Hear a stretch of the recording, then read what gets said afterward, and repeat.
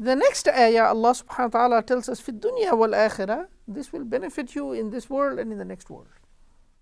في الدنيا والآخرة ويسألونك عن اليتامى قل إصلاح لهم خير وإن تخالطوهم فإخوانكم والله يعلم المفسد من المصلح ولو شاء الله لأعنتكم إن الله عزيز حكيم.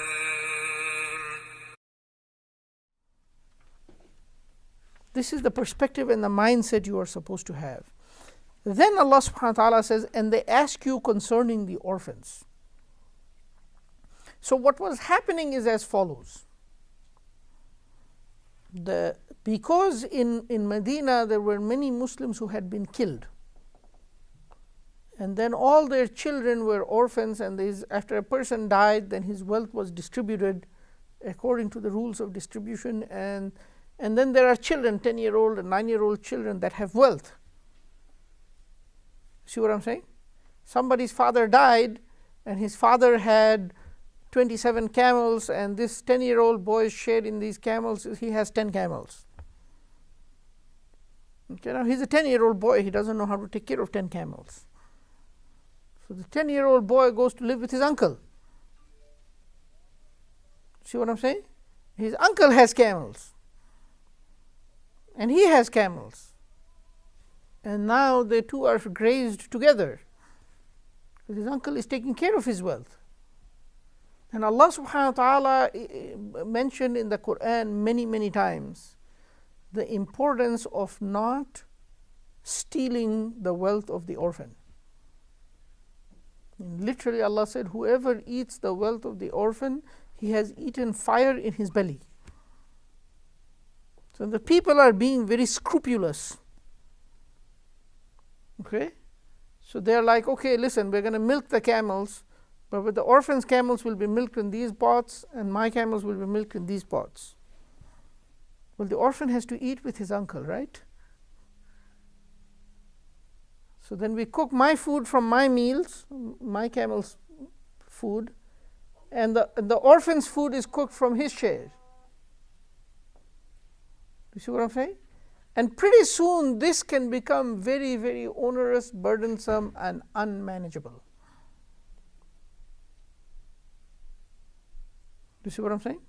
So this was the situation, and this particular ayah came out of the desire of the Muslims to be very careful not to damage or destroy the wealth of the orphan.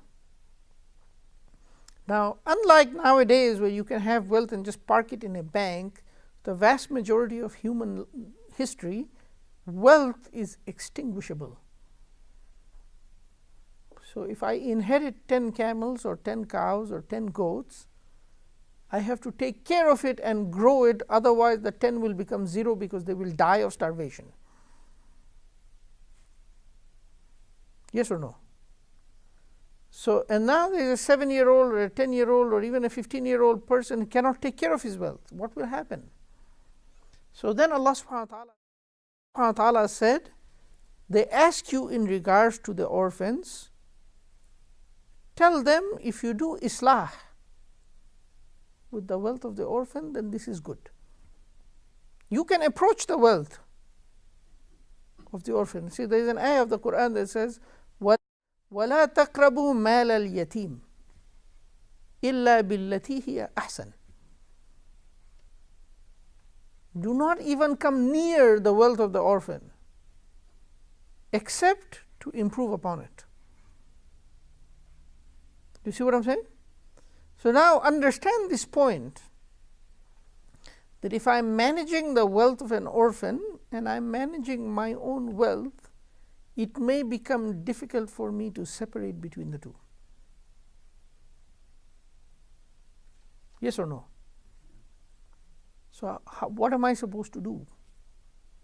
This has become an urgent problem because just about every Sahabi is managing one or more orphans. They don't know what to do. So then Allah subhanahu wa ta'ala revealed this ayah, يَسْأَلُونَكَ عَنِ الْيَتَامَى, they ask you in regards to the orphan. قُلْ إِصْلَاحٌ لَهُمْ خَيْرٌ. So if you were to improve their wealth, this is good for you. Okay, and if you were to mix your affairs with theirs, then they are your brothers. It's okay. It's okay when you milk your camels, you milk all the camels. You don't have to say, okay, these 17 are mine and those 3 are the orphans. You can milk them all together and you assume that their share is 15%. Merge it, take care of it, do it routinely, give them their share, try your best. Because it got to a point where the Sahaba were like, okay, these are mine, we milk from this. This cheese is mine, that cheese belongs to the orphan. This cheese we can cook with, that cheese if we cook only he can eat and we cannot eat. It's a big mess. And now the orphan feels singled out and he doesn't know what to do. He's like, please uncle, eat with me. And he's like, I can't eat with that, I'm afraid to eat fire. It's not a good situation. So Allah subhanahu wa ta'ala is saying, look, we are going to have reasonable standards here. They're going to be commonsensical standards, but understand this, that Allah subhanahu wa ta'ala knows the mufsid from the muslah. Allah knows the troublemaker from the good deed doer. Now Allah is watching you and He can see inside your heart. See what I'm saying? So this ayah is revealed for the purposes of making life simple upon the Muslims. So you take this burden and it becomes so onerous. In fact, after this ayah was revealed, Aisha radiallahu anha used to be the custodian or guardian of many orphans. After the Rasulullah sallallahu alaihi wasallam's death, oftentimes whenever there was a person who is an orphan, then they would come and seek to be under her guardianship. And in various cases, she would agree to take an orphan as under her guardianship. Okay? And when she would do that, she would make a point of merging the assets and feeding them from her food and eating from their food. See, Allah told me to do that. And of course, she is doing this to show to the people the correct way of doing it. For the people to understand, because otherwise, if you make this so hard, nobody will take care of the orphans. That also does not benefit the society. So the society doesn't benefit if the orphans are robbed by their relatives. That's not a good thing. Nor does society benefit because everybody wants to protect the wealth of the orphans, so nobody touches it. So now you have all these starving cows or starving camels all over the country, because these belong to the orphans, they cannot take care of their own, and nobody refuses to touch it. That doesn't help either. See what I'm saying? And this is one of the hallmarks of Islam, that you will see the middle road, you will see the logical, commonsensical solution. And this is the common sense solution on how to solve this problem. Right? Any questions or comments? Before we... No, yeah, you can invest it, you should grow it. Sure. That can happen. So this is the issue, right? So imagine if the orphan had 100 camels, you would take the camel out to graze, right? In the process of grazing, somebody could rob it. That can happen. In fact, it routinely happened, right? So like all wealth can diminish, but the guardian has a duty to exercise due care. If that makes sense, right? Also, by the way, the guardian under the Sharia is entitled to receive custodian fees for his services. So imagine if I take my 10 camels out to graze and I have to take your 10 camels out to graze, if you had to pay somebody for that service, there would be a price for that service. Okay? I'm entitled to charge that to you. Now, in many cases, because the custodian or the guardian is a relative, and perhaps usually the way you want it is that the custodian is slightly well off, so he doesn't really need that fee. You understand this point? He doesn't really need that fee. So For a short period of time after my friend passed away, I was the custodian of his estate under American law. It was 5 children. So I'm out there selling his stuff and all this stuff. So by law, I'm entitled to collect a fee. And even in the Sharia, it's halal. Okay, so I spend these many hours. The standard fee for executor services in this country is somewhere between $40 and $60 an hour. So I'm going to charge you this. I could do that. I chose not to do that, and this is the case in many cases. The person is like, okay, this is the mal al-yatim. Even if I'm allowed to, I don't want to. I prefer to safeguard his wealth as much as possible and turn it over to him. Do you see this concept? But again, the Sharia permits this because it has to be fair. I'm entitled to get a fee for my services. I choose not to. I walk away from this fee. This is my choice.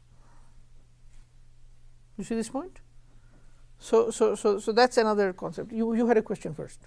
Okay, go ahead. No, you should be more careful than if it was your money, because it is not your money. Yeah, so the worst of the cases is where a person takes and invests his own $50,000 and the orphans $50,000 in 2 businesses. And then whichever business has the bigger loss, he assigns to the orphan. And whichever business has the bigger profit, he assigns to himself. Okay, so for this person, he should know that Allah can see inside the hearts, and Allah knows how to distinguish between the mufsid and the muslih. But some people have literally done this, and they should fear Allah. It is very serious. If the person invests in the business, he should exercise due caution, should be more cautious with the money than if it was his own money, and B, it should be predetermined. This money, this particular business is the orphans. Okay, and then the orphan's business grows faster than his. What is he supposed to do? Give it to the orphan. It's that simple. So it should be like this. Look, you cannot, if I have 1 cow and you have 1 cow, it is not you have a theoretical cow. No, this particular, the orange one is yours. The brown one is mine. You see what I'm saying? It has to be, things have to be specific. It's like, well, we're going to see whichever cow gets less money in the market, that one is yours. Who are you fooling? You think Allah cannot see these things? You see what I'm saying? Allah can see the hearts. It doesn't work like this. Now, if the person says, no, we are shared in partnership, my orphan and I are in partnership, so regardless of which one sells more and which one sells higher, he has 30% and I have 70% of the total. This is halal. See what I'm saying? When we join into a partnership, then the assets are pooled. Now you no longer separate between the assets. It's also halal. But that way the orphan takes equal risk and equal profit. But some people are playing these games, and Allah can see through these games. You can cheat the orphan, he would not know better. But you could not cheat Allah subhanahu wa ta'ala. So this is why that part of the ayah makes this point clear. Allah can see the distinction between the wrongdoer and the good doer. They're not the same. This is exactly the type of thing that Allah is forbidding. Right? Any last question or comment? Okay, let's end it here. أقول قولي هذا واستغفر الله لي ولكم إنه هو الغفور الرحيم. سبحانك اللهم وبحمدك نشهد أن لا إله إلا أنت نستغفرك ونتوب إليك. أعوذ بالله من الشيطان الرجيم. بسم الله الرحمن الرحيم. والعصر إن الإنسان لفي خسر إلا الذين آمنوا وعملوا الصالحات وتواصوا بالحق وتواصوا بالصبر. جزاكم الله خيرا.